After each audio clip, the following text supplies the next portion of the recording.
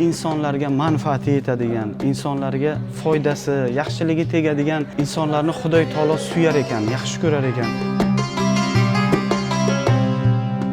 Assalomu alaykum. Bugun 16-iyul. Vaqf xayriya jamoat fondi Buxoroda. Sizlarga ko'p rahmat. Davlatimizga ko'p rahmat. Prezidentimizni jonlari sog' bo'lsin, avvalambor hammalaringizdan Alloh rozi bo'lsin.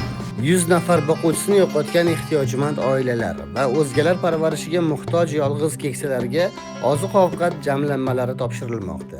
Mana shunday bir ehsonlar qilinib kelgan. Avvalambor bu ehsonlarni Alloh qabul aylagan bo'lsin. Mana shu yurtimiz tinch bo'lsin, xalqimiz farovon bo'lsin. Mana shunday bir xursandchilik doimo yurtimizga bo'lishini Alloh nasib aylagan bo'lsin.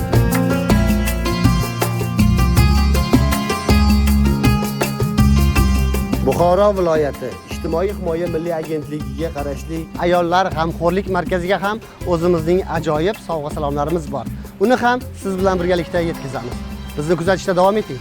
Ayollarimiz demensiya kasalligi, aqli zaiflik, shizofreniya kasalligi bilan og'riydi. Kasalligimiz bizga qilayotgan ehsonlaringiz bizga ayni joyda, ayni vaqtida kelib qolgan ehson bo'ldi.